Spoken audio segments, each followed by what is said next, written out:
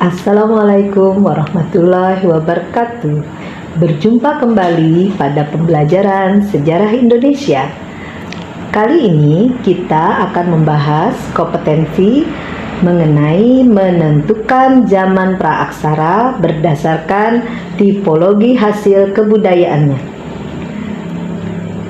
Zaman praaksara berlangsung sangat panjang. Dalam perjalanan waktu, kehidupan manusia praaksara terus mengalami kemajuan. Hal ini dapat dibuktikan dari berbagai penemuan benda-benda kebudayaan manusia praaksara yang terus mengalami perkembangan. Untuk mengungkap kehidupan masyarakat praaksara berdasarkan hasil kebudayaannya, sejarah membutuhkan ilmu arkeologi.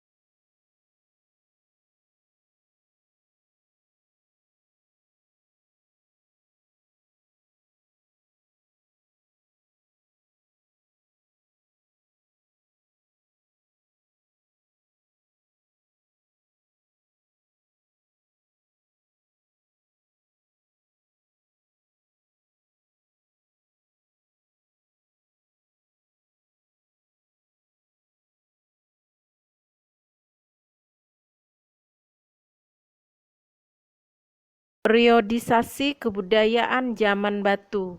1. Paleolitikum. 2. Mesolitikum. 3. Neolitikum. 4. Megalitikum. Zaman Paleolitikum. Masa ini berlangsung sekitar 50.000 hingga 100.000 tahun yang lalu. Kebanyakan manusia purba tinggal di pinggiran sungai, dan alat-alat yang digunakan masih kasar. Hidup secara nomaden atau berpindah-pindah tempat dengan cara food gathering. Kebudayaan zaman Paleolitikum. Pada masa zaman budaya Paleolitikum, masa berburu dan mengumpulkan makanan tingkat sederhana. Perhatikan gambar berikut. Pada zaman ini ditemukan dua kebudayaan, yaitu kebudayaan Pacitan dan kebudayaan Ngandong. Kebudayaan Pacitan ditemukan alat kapak genggam atau kapak perimbas. Kapak perimbas adalah sejenis kapak yang digenggam dan berbentuk masif. Teknik pembuatannya pada umumnya masih kasar dan tidak mengalami perubahan dalam waktu perkembangan yang panjang. Di kebudayaan Pacitan ditemukan juga chopper atau alat penetak. Kebudayaan Ngandong. Perhatikan alat batu di kebudayaan Ngandong yang disebut juga chalcedon atau flex. Gambar berikut bentuk kapak genggam penetak chalcedon.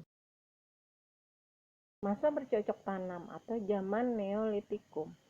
Pada masa zaman ini, gelombang pertama bangsa Melayu Austronesia dari ras Mongoloid yaitu Proto-Melayu.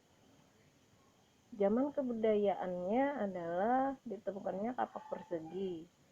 Masa awal tradisi, mereka bercocok tanam dengan pembukaan lahan, dengan menebang dan membakar pohon, serta menetap sedenter dan mengenal budaya gotong royong.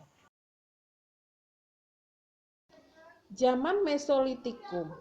Pada zaman ini terjadi pada masa Holosen, sekitar 10.000 tahun yang lalu.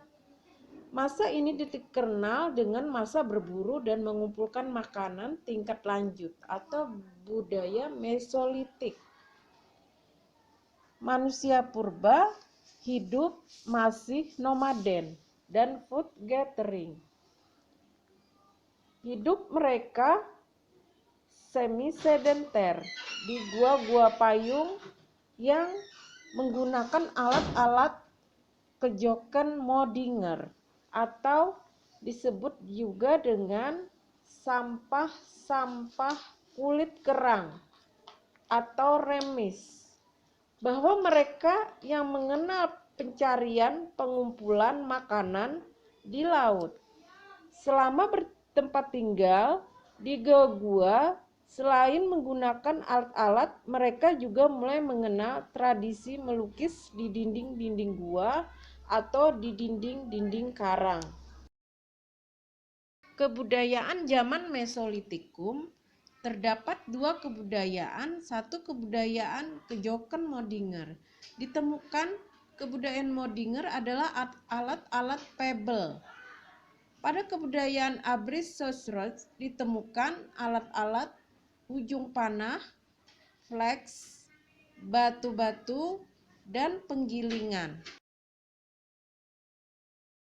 Zaman Neolitikum dikenal juga dengan masa bercocok tanam atau budaya Neolitik. Asal-usul sekitar tahun 1500 sebelum Masehi. Datanglah gelombang pertama dari bangsa Melayu Austronesia, dari ras Mongoloid ke Nusantara. Mereka lazim juga disebut bangsa Proto-Melayu atau Melayu Tua. Peralatan yang sudah dihaluskan dan diberi tangkai. Jenis alat yang digunakan adalah kapak persegi dan kapak lonjong. Pakaian mereka terbuat dari kulit kayu, perhiasannya terbuat dari batu dan manik-manik. Telah bertempat tinggal menetap atau sedenter. Telah mempunyai kemampuan untuk bercocok tanam dan berternak. Juga telah menganut kepercayaan animisme dan dinamisme.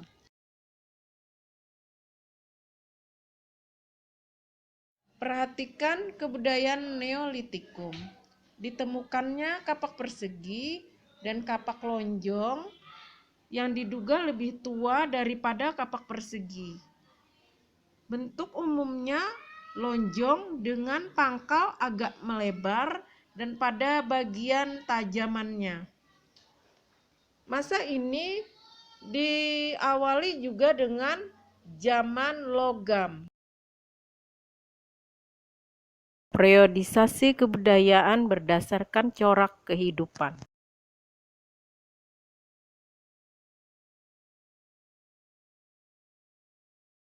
Hasil kebudayaan berdasarkan corak kebudayaan. 1. Masa berburu dan mengumpulkan makanan atau zaman Paleolitikum.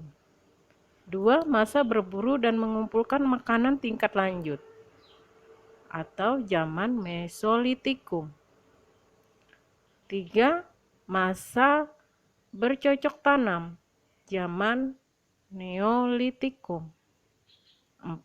Masa bercocok tanam tingkat lanjut atau zaman Megalitikum. 4. Zaman perundagian atau zaman logam.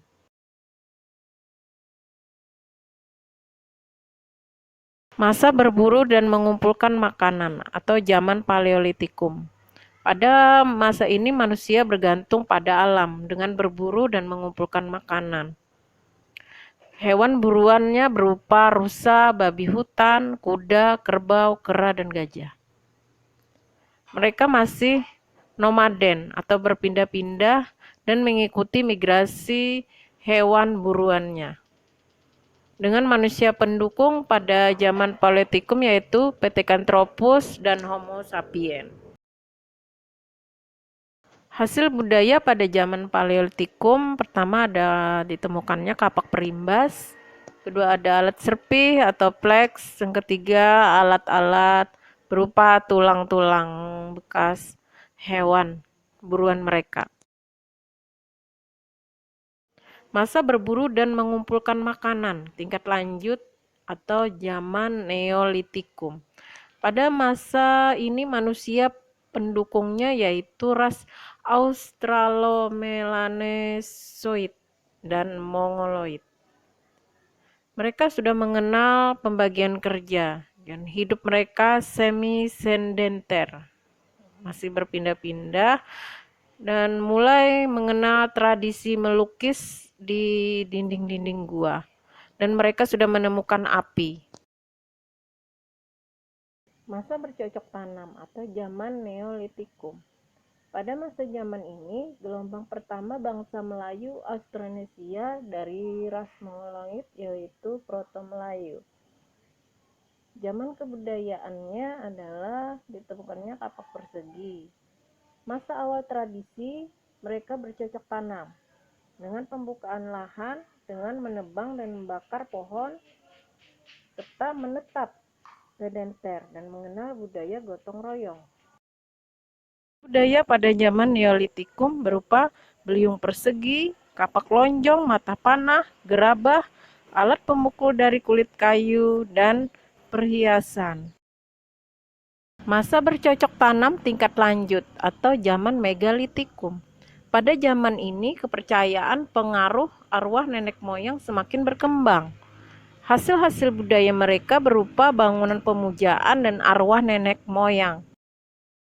Hasil budaya zaman Megalitikum seperti menhir, puden berundak-undak, kubur batu, dolmen, dan arca-arca batu. Masa perundagian atau zaman logam.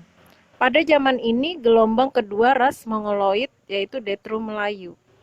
Mereka hidup menetap dan mulai dilakukan perdagangan antar pulau menggunakan perahu bercadik. Sistem perdagangan mereka masih menggunakan sistem barter. Pada zaman perundagian terkenal teknik pembuatan logam. Ada dua teknik utama membuat barang-barang dari logam, yaitu Agirverdu, teknik cetak tuang, dan Vivalve, teknik dua setangkup. Perhatikan gambar berikut. Teknik Agirverdu, teknik cetak tuang. Adapun langkah-langkah yang mereka buat, pertama bentuk model berupa logam yang diinginkan dengan menggunakan bahan dasar dari lilin terlebih dahulu. Model lilin dilapis dengan tanah liat setelah mengeras. Tanah liat tersebut dipanaskan dengan api sehingga lilin mencair melalui lubang yang telah disiapkan. Di bagian bawah model